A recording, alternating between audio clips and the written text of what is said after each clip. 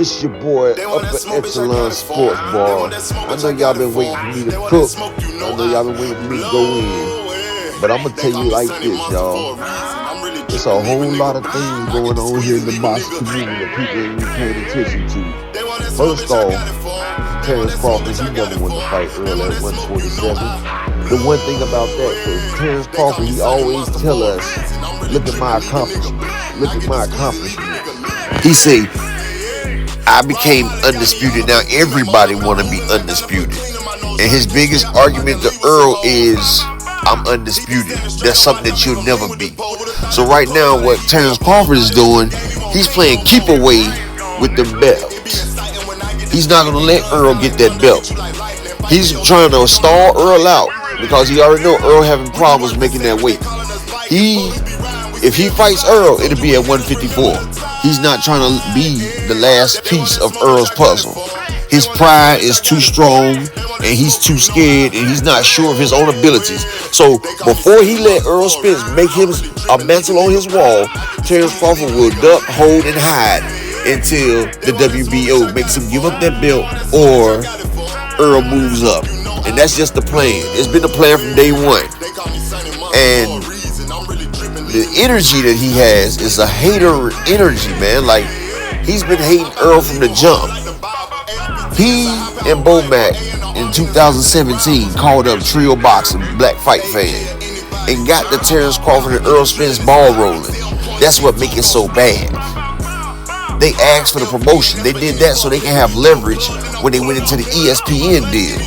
But now that everything's said and done, and everything, because Errol was letting him know, I'm about to get all the belts and then I'm coming for your ass. So see, Errol also told you, when I get all these belts, we'll see who's holding up the fight. This man drug the fight for 6 months. Then say he needs to make a fight this year, so he pulls out of negotiations. Now, he could have said, look, I'm going to pull out the negotiations because I need a tune-up. That's fine. That's all well and dandy. But no, this man went silent for 2 weeks. And then he's got another fight. And I'm going to tell y'all about that right there. He's already had that fight in his back pocket. And the crazy thing about this is, right, him and his people are pushing a false narrative out there, saying that he accepted 65% and no upfront. But notice, Bernie the Boxer or no people directly related to Terrence Crawford sat there and agreed to that. They just said they heard that. But Terrence Crawford got guaranteed upfront money, and Terrence Crawford had better than a 35% split by Steven Espinosa. It was just a lot of narrative and propaganda they pushed out to cause confusion in the boxing community. But I'm going to tell you one thing that's not confusing in the boxing community. When you look up that BLK Prime, you can't even find the people that's own this situation. And we already know that Terrence Crawford had dealings with Daniel Kinahan. So how the hell is this company that's only worth $5 million going to put up a $10 million check? So they going to pay Terrence Crawford double what they're worth and still pay the other fighter and still pay the undercard? Come on now, that screams like Daniel Kinahan still trying to wash his money, Terrence Crawford. Y'all trying to cause confusion and do all this right there, but I still see you. It's like when people sit there and tell you to look, and everybody look, and then they do some underhanded shit. Nah, bruh. When they tell me to look, like my boy Champside say, I'm watching you. Now you got my eyes on you. Yeah, I see it. And see, then you go and choose a fighter like David Amnesia. I hear people keep calling him David Amnesia. No, it's David Amnesia. David Amnesia was a decent fighter. I mean, he did beat an old Sugar Shane, then got busted up by Lamont Peterson. But he's not for a caliber of Terrence Crawford. He's a step-up fight for somebody like Boots or Ortiz or somebody like that. Crawford, you know you make one half of the biggest fight in the decade. But see, you know that you can't beat this Errol Spence right here. Now, you might have beat the pre-car crash Errol Spence or the post-car crash Errol Spence, but you ain't beaten the strength and conditioned Errol Spence. And you know that in your hearts of hearts. Because you was texting real good in your Daniels Ugas fight until the 6th round. And then when the sweat started building up and Errol started getting into his groove and he started letting that leather fly, you stopped tweeting. You lost your Twitter fingers. And then when the niggas Ugas was a broken man and the fight was all said and done, he sat there and said, "Bud, I'm coming for that motherfucking belt." It took you 15 minutes to respond. The whole world was holding their breath like, where Terrence go? You was just texting real quickly a minute ago. The whole world holding their breath. And still you got the whole world holding their breath. You holding up fighters like Keith Thurman, Jerron Ennis, Virgil Ortiz. You're holding up the whole division because you're scared to get out there and get your ass whooped. You swear you wanted to be a 3-division undisputed, but you lucked up and got that 1st division undisputed. That's why you crunched all the way down to 130 pounds when you came into the fight game.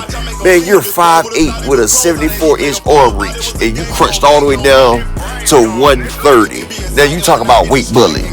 You was looking like a damn starving crackhead out there. I hate to say it, but you was. And now you start to knock out people because you're at your right weight. You and Errol the same height, and you got a longer arm reach than Errol, so you should have been a welterweight.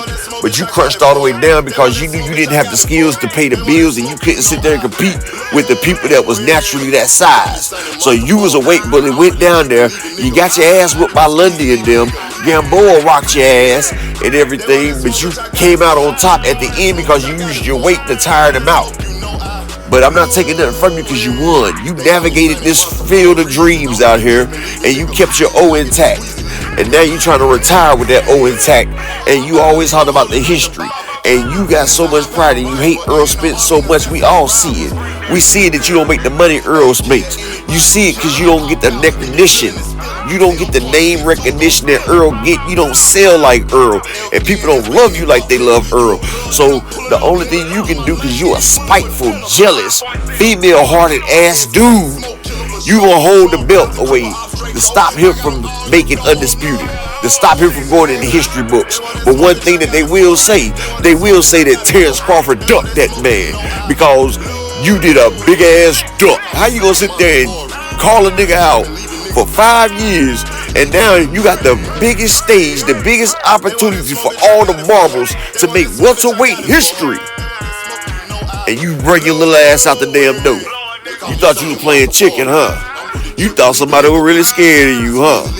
Just because he wasn't saying nothing back and he wasn't entertaining your ass because you was trying to get him to entertain you so you could push your clout up there. You was chasing clout. But now the boogeyman's at your motherfucking door. Now you hiding up under the beds and you holding the damn belt out. You ain't trying to let that belt get away from your ass. And that's what it is, because you know once Errol Spence beats you and become undisputed, your undisputed run will look like nothing. Even with 3 belts, his undisputed run with 3 belts look better than yours. And if this was in damn 1990, he would be undisputed, because the 3-belt era, they just now started weltering the WBO belt in 2000. So yeah, he's already 3-belt unified undisputed. But yeah, you didn't want to let Errol beat you and make the history books because you so scared of Errol surpassing you in the history books. But he's already surpassed you, Terrence. You haven't fought a 50-50 fight since Gamboa. You haven't fought anybody to push you through the limits. And the 50-50 fight with Gamboa, he done went a year and a half before he fought, plus jumped up 2 weight divisions. So it really wasn't even a 50-50 fight. And he still gave you trouble. But like Errol said, tune up some for guys who ain't sure of themselves. So I guess you're not sure of yourself, Terrence. But EJ, shout out to you, man, because you've always been a man of integrity, a man of your word. What Errol say he gonna do, he gonna do. And that's what's messed up about it, because it's a damn shame that they can let a coward run around here like this and hold the belt away for a real nigga to get in there and make his mark on history. But I hope Errol bust up steady on this and finish that off and still give it one more shot. WBO either make your ass strip or you get down and lay down and you give that man his damn just due. You say you want it, you have a just as much chance as Errol to become undisputed. And then you can say you got a real undisputed, because beating Errol is better than any 4 niggas on your record put together. And that's just the truth, because Errol's the truth. And you ain't nothing but a lie, bruh. You ain't nothing but smoke and mirrors, and we see right through you. And we see the propaganda that y'all putting out there trying to cover up for this motherfucking fight right here.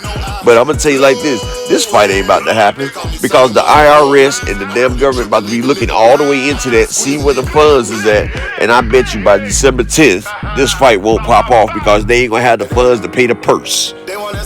Yeah, and then you just pulled out the damn Errol Spence fight for nothing. You wasted all these people's times. The whole PBC sat down at the table with you with good faith because you pretended to be a motherfucking killer, a motherfucking real man, and you pretended to have good business practices. You pretended that you was somebody that could be trustworthy. So they sat down with you and they put their fighters on the hold for 6 months just to have you bail out on some sucker ass shit, dog. Some shuck and jive sucker ass shit.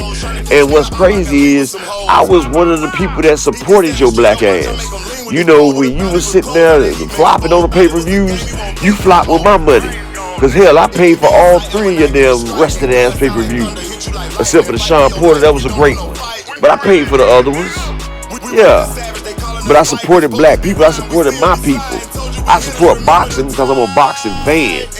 And even though I favored Errol Spence in a fight over you, I still respected you as a man because I'm a fan of boxing and I liked it what you did. Like I liked the fact that you can go out there, a man from the hood, and come out there and change things and use a dog and that you can turn it up. But then when people sit back and look at your motherfucking career, you turning it up on cab drivers, man. And I try to say, well, he just fighting who got in front of him. But nah, you fighting who was put in front of you because you had them put in front of you. You could have signed with the PBC in 2018, but you chose to stay over there at ESPN where they didn't have no fighters at, right? So we justified that. And people sit there and didn't realize when you first came up to welterweight, you had a chance to fight with Errol Spence. You went the Jeff Horn route. Okay, they forgave that. But now you sitting down in negotiations, you could have told them you needed a tune-up. No. You sat there and have people believe that you agreed to everything. No.